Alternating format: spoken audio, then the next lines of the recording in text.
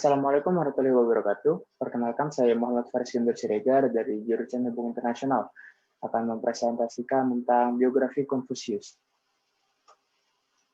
Siapa itu Konfusius? Konfusius, juga dikenal sebagai Konghui atau Konghucu, adalah guru, filsuf, dan tokoh politik yang berasal dari Cina.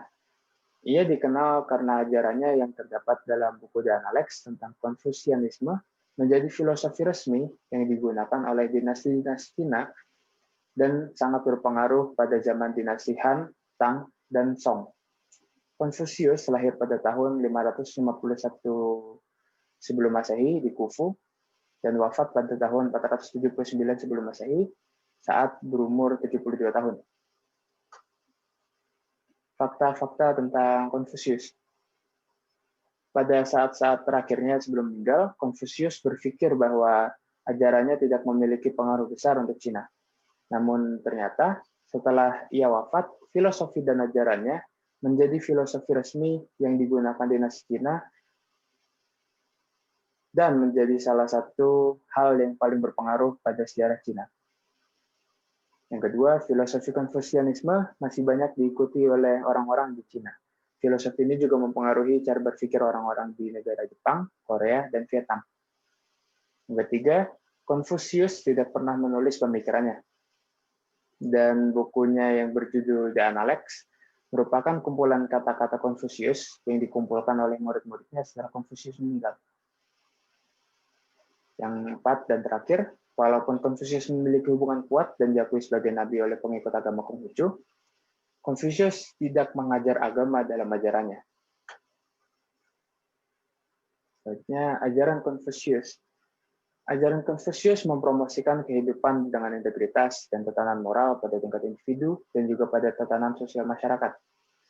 Aturan atau doktrin yang diberikan oleh ajaran ini dikenal sebagai prinsip-prinsip Konfusianisme. Prinsip-prinsip Konfusianisme tersebut ditetapkan dalam buku yang berjudul The Analects. Buku ini disusun dari perkataan dan anekdot menarik yang merumuskan pemikiran dan ajaran untuk cita-cita moral bagi individu, keluarga, masyarakat, pemerintah, dan lain-lain.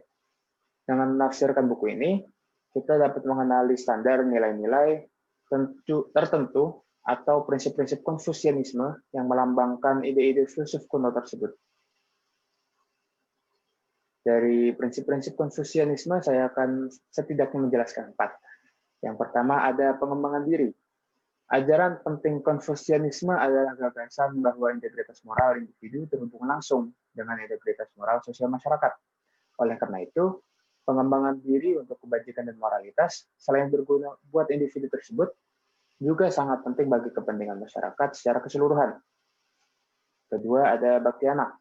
Bakti anak adalah cinta dan hormat untuk orang tua, menunjukkan kesolehan. Berbakti adalah mematuhi orang tua, tidak memalukan nama keluarga, merawat orang tua ketika mereka sakit atau menua, serta bertindak dengan cara yang soleh dan beradab untuk kebaikan keluarga. Yang ketiga, pentingnya tradisi. Mengakui dan menghargai pentingnya tradisi bagi Konfusius adalah hal yang sangat menentukan untuk menciptakan masyarakat yang harmonis secara moral. Ini tidak berarti memutar kembali waktu untuk hidup persis seperti yang dilakukan para leluhur, tetapi menghormati dan memiliki pengetahuan tentang tradisi akan dapat mengungkapkan kembali jati diri akan nilai-nilai dan prinsip-prinsip dasar yang mungkin telah hilang. Yang keempat dan terakhir, manusiawi. Menjadi manusiawi sejatinya adalah fitrah bagi semua perilaku moral, sehingga memungkinkan kita untuk berkembang secara individu menjadi makhluk yang etis, yang pada gilirannya dapat secara kolektif menciptakan landasan bagi institusi kemasyarakatan yang bijak dan adil. Di slide terakhir, saya ada beberapa quotes favorit saya dari Konfusius. Yang pertama adalah, "Our greatest glory is not in never falling, but in rising every time we fall." Selanjutnya ada, "It does not matter how slowly you go, so long as you do not stop."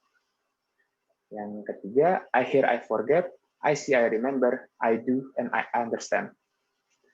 Yang keempat dan terakhir, "Life is really simple, but we insist on making it complicated." Dengan itu saya tutup presentasi saya tentang biografi Konfusius. Saya ucapkan terima kasih. Wassalamualaikum warahmatullahi wabarakatuh.